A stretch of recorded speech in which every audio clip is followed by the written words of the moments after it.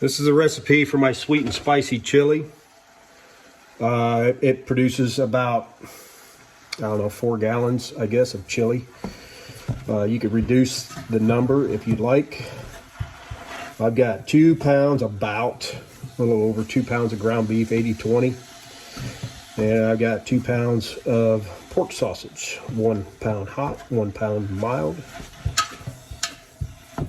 Cook it, brown it, drain the grease, and put it back in the pot.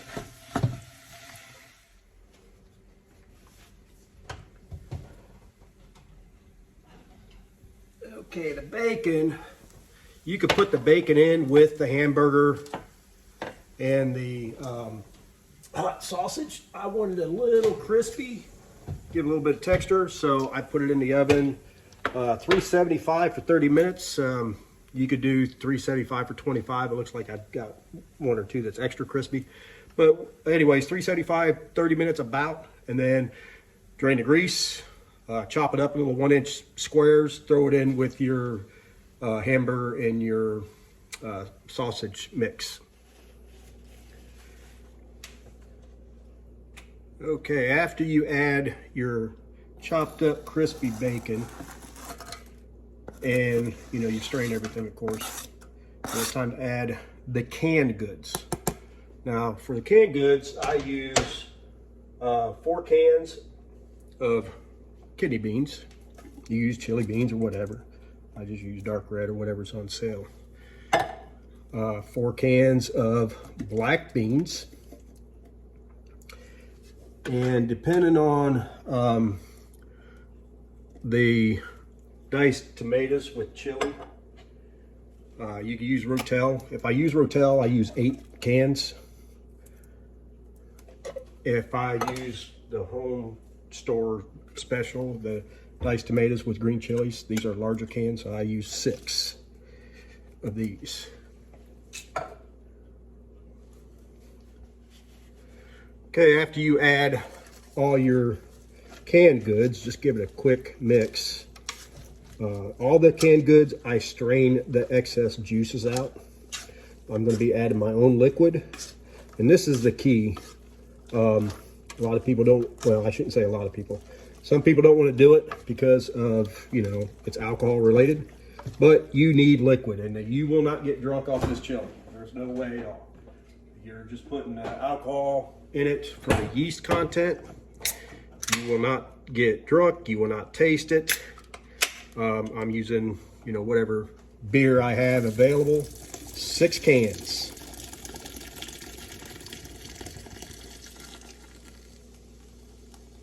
I love that sound.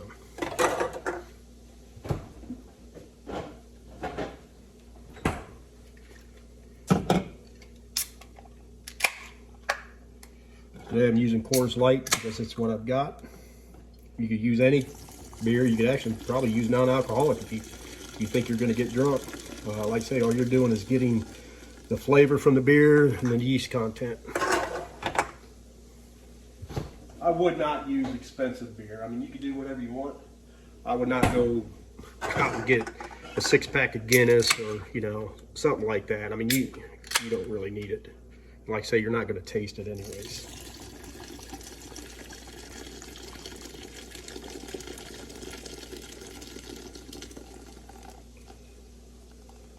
And with the bacon grease coming out of the oven, don't throw that away. That's good stuff. That's really good for making gravy or something. I'll put that in a little glass jar and use that for something else.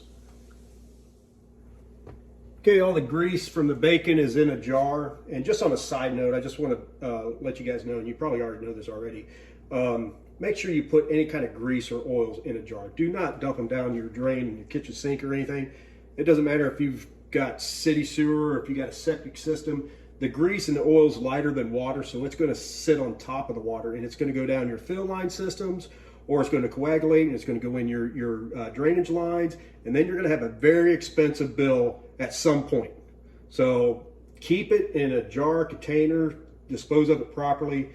You do not want to be paying thousands of dollars for fill line repair because you dumped oils down the drain. But with that being said, I've got all the canned goods in here.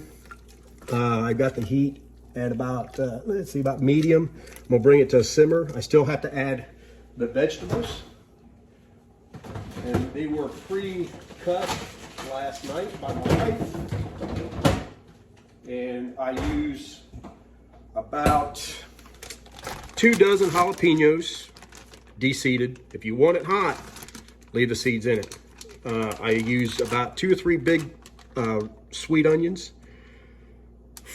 Let's see, I use 4 red bell peppers, 4 yellow bell peppers, and 4 orange bell peppers, and 4 green bell peppers. So it's a lot of peppers, but like I say, it makes a lot of chili. And you can freeze this.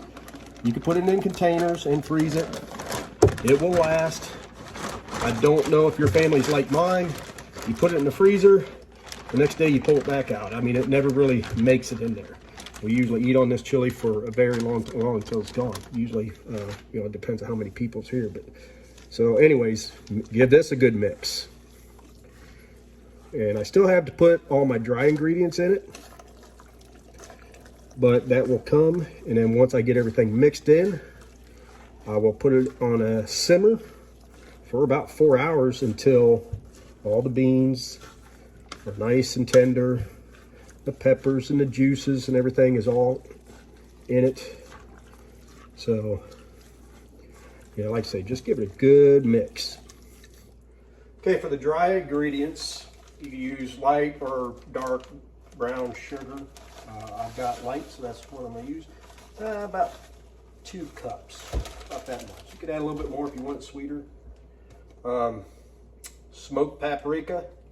And, you know, I'm sure there's measurements you could do. I don't know, I add until I don't want to add any more.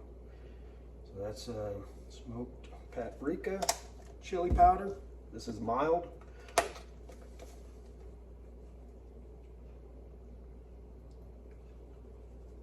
And again, I just add, and I guess if you want to actual ingredients, that's fine. But okay, 4 to 6 beef bouillon cubes. Since I have a lot of chili, I'm going to use 6. You can use a paste. I don't know how much you need to do for that. So this is the dry ingredients, and I'll put that in, and then we'll put a whole bottle of Texas Pete, the big bottle. You can use, again, you don't need expensive hot sauce. Texas Pete is pretty reasonable price, get a good flavor, and Worcestershire sauce. I'll be adding that as well. So in goes the dry ingredients. 1 full bottle of Texas Pete.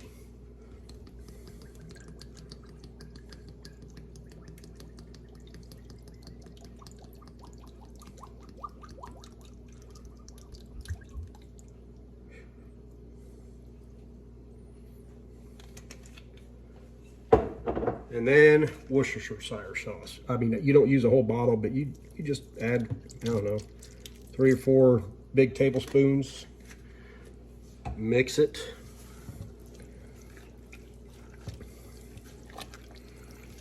And once you get a good mix, then you put the lid on it and simmer for about 4 hours. Stirring occasionally. Make sure that you don't burn the bottom of the pan with the beef or the beans or whatever. You wouldn't want that flavor in it. Now, this chili is not cheap to make. It's going to cost about $100. So, you know, make sure that you can afford it. But it is good, and it will feed a lot of people.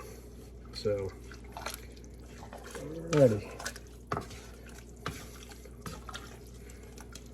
What I like to do, I like to make cornbread, and have cornbread with a little bit of cheddar cheese shredded and some sour cream, and voila. Okay, after about 4 hours of a covered simmer, you should have a vibrant red chili. So everything's nice and tender. We'll plate it. Garnish with triple cheddar, sour cream, and homemade cornbread. Enjoy.